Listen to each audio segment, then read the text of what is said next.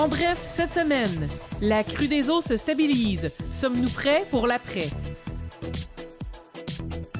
Grande corvée printanière de la piste cyclable Soulanges.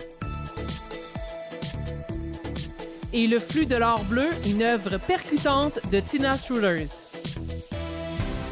Depuis maintenant plus de 2 semaines, la région de Vaudreuil-Soulanges subit la crue des eaux printanières, dont particulièrement les villes et municipalités sur les berges de la rivière des Outaouais. De passage à la cellule de crise de la MRC de Vaudreuil-Soulanges, Christian Dubé, ministre responsable de la Montérégie, désire bien cerner les besoins. C'est sûr que dans les événements de 2017, on a appris beaucoup, tout le monde a appris. Puis je pense qu'il y a eu beaucoup d'améliorations. On le sait, on est beaucoup plus en mode prévention qu'en mode réaction, même si c'est pas encore parfait. L'après, pour moi, on a déjà mis plusieurs mesures qui vont faire que l'après va être beaucoup plus facile. Il y avait peut-être des choses à régler dans le maintenant, ce qu'on est en train de régler. Mais je peux vous dire que l'après va être beaucoup plus facile qu'en 2017, ça c'est certain. La MRC se dit rassurante. Personne ne sera laissé pour compte. Le préfet de Vaudreuil-Soulanges et maire de Rivière-Baudette, Patrick Bouzès, indique que la problématique se situe plutôt au niveau des ressources financières dont les municipalités disposent. Tout est prêt. Le Sismo fait un travail incroyable, l'Ambulance Saint-Jean, même la Croix-Rouge met fait avec ce qu'elle peut. Les municipalités font un travail colossal. Tous les ministères sont impliqués. Et ça fonctionne bien. Là. On n'est pas là pour sortir que des points négatifs. Bien au contraire, je vous le dis, l'ensemble de l'œuvre roule beaucoup plus rondement qu'en 2017. Puis je blâme pas les gens qui étaient là en 2017, loin de là. On a appris aujourd'hui. En 2019, on a appris de 2017. Alors, depuis lors, dès lors, les 23 élus ont créé une cellule de crise, justement, pour faciliter les communications avec le gouvernement.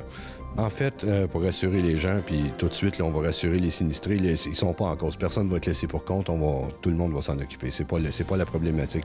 La problématique qu'on a, c'est que les municipalités n'ont pas les ressources ni matérielles ni financières pour soutenir les municipalités, c'est-à-dire pour maintenir l'hébergement à long terme, comme c'était en 2017. Ce qu'on a demandé au gouvernement, c'est de ramener la formule de 2017, où le gouvernement appuie la Croix-Rouge et paye directement la Croix-Rouge qui va faire la gestion de l'hébergement à long terme. On sait qu'il y a des gens qui vont être hébergés pendant des semaines, des mois.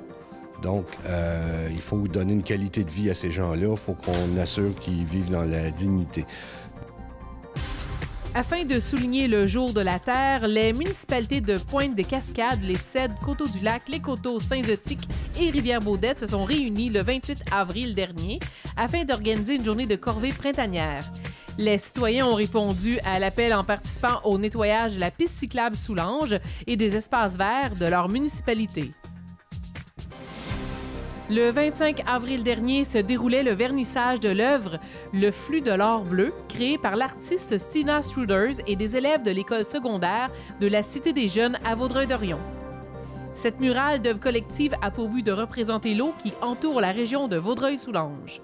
Mais en effet, le projet est né presque il y a 1 an. Mon inspiration a changé un petit peu au fil du temps, mais c'est vraiment sur l'avenir de l'eau potable, l'avenir de l'eau douce de notre région, mais un peu partout autour du monde, et comment on voit l'eau dans l'avenir. J'en ai lu les recherches, les articles qui disent dans 50 ans, l'eau douce va avoir une valeur plus élevée que l'or. Et c'est vraiment au départ de ça, sur nos surutilisation de l'eau. Et en plus, j'étais réalisé au fil du projet vraiment l'impact que toutes les fleuves, toutes les eaux autour du monde, les fleuves rentrent dans l'océan. Donc, nous sommes tous interconnectés comme humanité autour de l'eau. J'utilise le jean dans différentes façons. C'est couture en machine, mais beaucoup de couture en main aussi. Donc, c'est un processus assez long et intense et très dur sur le corps. Ça prend presque 3000 litres de l'eau douce de produire un paire de jeans. C'est de la production de coton prend beaucoup d'eau. Donc, ça, c'était un aspect important pour moi. Oui, bien sûr, la couleur. En plus, il n'y a pas 2 paires de jeans quand ce soit usagé. qui est le même effet. Donc, il y a beaucoup de nuances de bleu dans le tissu. En plus, je n'ai pas encore rencontré quelqu'un qui n'a pas une paire de jeans dans leur garde-robe. Donc, je trouve, comme nous avons besoin de l'eau, on est tous en rapport avec les jeans. C'est quelque chose de très familier, ça fait partie de nos vies jour à jour. Donc, il y a quelque chose qui attire le monde beaucoup à ces œuvres. Ça vient chercher une certaine émotion. Le comité organisateur présentait en conférence de presse le 23 avril dernier les composantes de la 16e édition du Salon des vins. Cet événement caritatif pour la cause du futur centre hospitalier de Vaudreuil-Soulanges propose plus de 35 kiosques composés d'agences en vin et de partenaires gastronomiques. C'est donc le 15 mai prochain qu'aura lieu le Salon des vins à l'Aréna municipale de Vaudreuil-Dorion, sous la présidence d'honneur du député fédéral de Vaudreuil-Soulanges, Peter Schefke. Mais c'est pas seulement une opportunité pour déguster des vins locaux et internationaux, faire du réseautage, mais aussi pour soutenir la Fondation hospitalier de Vaudreuil-Soulanges qui font du travail exceptionnel sur le terrain, surtout en aidant les victimes des inondations, aide financière et aussi psychologique. Donc, ce qu'ils ont fait dans les années 2017, par exemple. Donc, cette année, surtout, c'est votre chance de venir soutenir une fondation qui fait du travail exceptionnel dans notre communauté. Le 11 avril dernier s'est déroulé le gala local du défi Ose entreprendre Vaudreuil-Soulanges. Développement Vaudreuil-Soulanges en a profité pour remettre 5 prix aux lauréats qui se sont le plus démarqués. Ces 5 représentants de la région, dont Au Croissant 21, le Studio La Roche, le Virage Écosciences et les gâteries Gluton et Poilu, ont eu la chance de faire rayonner leur projet d'entreprise à la finale régionale du défi Ose entreprendre à Saint-Jean-sur-Richelieu. Le 8 mai prochain à 19h, le Comité de développement économique de Saint-Lazare invite les commerçants, entrepreneurs et travailleurs autonomes à venir discuter de leurs défis et enjeux à la salle du Conseil de l'Hôtel de Ville de Saint-Lazare. Le but de cette rencontre est de trouver des idées pour assurer la croissance des entreprises locales et développer la ville. Le 18 mars dernier, le plan directeur des parcs et espaces verts 2018-2025 de la ville de Vaudreuil-Dorion a été officiellement déposé au conseil municipal de la ville. On peut y retrouver un portrait du territoire, des informations sur l'évolution de l'utilisation des parcs et différentes tendances urbanistiques de développement. La Ville de Vaudreuil-Dorion a annoncé le lancement du concours architectural du pôle municipal qui contiendra l'hôtel de ville, la bibliothèque, une place publique et un complexe aquatique. Se déroulant d'avril à septembre, le dévoilement du projet retenu aura lieu en septembre prochain. Il s'agit d'une étape majeure de cet important projet qui ouvrira ses portes au cours de l'année 2022. Du 7 au 13 avril dernier se tenait la 45e semaine de l'Action bénévole et pour l'occasion, plusieurs organismes de la région ont tenu à le souligner. Notamment, l'Actuel en a profité pour dévoiler de nouveaux ambassadeurs et remettre 47 épinglettes honorifiques. Puis, l'organisme La Magie des mots a remis des certificats de reconnaissance et cadeaux à leurs bénévoles. Du côté de la Ville de Vaudreuil-Dorion, celle-ci a souligné la semaine par la remise de subventions aux organismes communautaires, culturels et sportifs de son territoire. Les 23 et 29 mai prochains, le Service de la sécurité publique et de la sécurité incendie de la ville de Saint-Lazare offrira gratuitement la formation Héros en 30 minutes pour les aînés de 60 ans et plus à la caserne de la ville. Il est possible de s'inscrire dès maintenant sur le site web de la ville. Le 11 avril dernier, la municipalité de Saint-Zotique, en collaboration avec le Centre intégré de santé et de services sociaux de la Montérégie-Ouest, ont organisé un atelier sur l'habitation des aînés.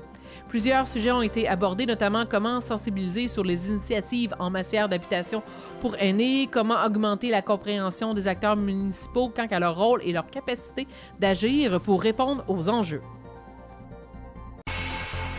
La ville de Notre-Dame-de-l'Île-Perrot est présentement à la recherche de bénévoles prêts à s'impliquer dans l'organisation du traditionnel festival de la soupe qui se déroulera le 8 septembre prochain. Pour information, veuillez consulter le site web du festival. Le 26 mars dernier s'est déroulé à la salle Florian Blot de l'Hôtel de Ville de l'Île-Perrot l'Assemblée générale annuelle du Conseil des arts et de la culture de Vaudreuil-Soulanges. L'organisme en a profité pour réitérer sa mission, ses valeurs et sa vision. En somme, l'équipe est fière de présenter un bilan positif ponctué par de nombreuses réalisations pour 2018 et qui s'annonce tout aussi actif pour la prochaine année. Le 29 mars dernier, des élèves de secondaire 3 du groupe de la concentration art dramatique de l'école Cité des Jeunes ont été sélectionnés par la rencontre théâtre ado afin de vivre le défi L'Extrême ado. Ceux-ci, avec l'aide de la scénariste et dramaturge Marie-Christine Liu, ils ont produit en 24 heures un spectacle d'une durée de 30 minutes qui a été présenté dans le cadre du Festival de la rencontre Théâtre Ado 2019. Du 8 au 12 avril dernier, Culture Montérégie lançait sa semaine de la balado-diffusion sur l'entrepreneuriat culturel. En effet, 6 émissions portant sur différents sujets comme le financement participatif, l'économie sociale, les offres marchandes, la philanthropie, les communications et le marketing en culture. Les émissions sont disponibles sur le site web de Culture Montérégie. Le Théâtre des Cascades annonce la présentation de la pièce À la recherche d'Elvis qui aura lieu cet été du 21 juin au 10 août. On pourra voir défiler dans leurs plus beaux blue suit shoes Maurice Elvis Moisan, Ricky de King, l'amoureux, et plusieurs autres qui tenteront de défendre la meilleure imitation de leur vie. Séduction, manipulation, fourberie et tricherie seront assurément de la partie.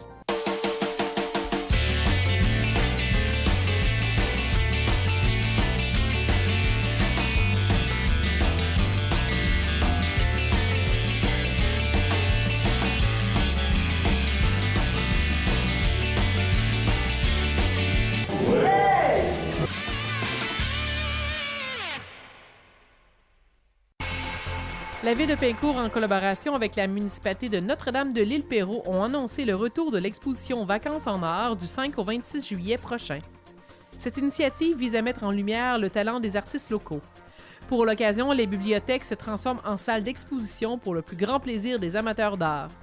Pour cette 12e édition, les artistes sont invités à s'inscrire auprès de leur bibliothèque municipale.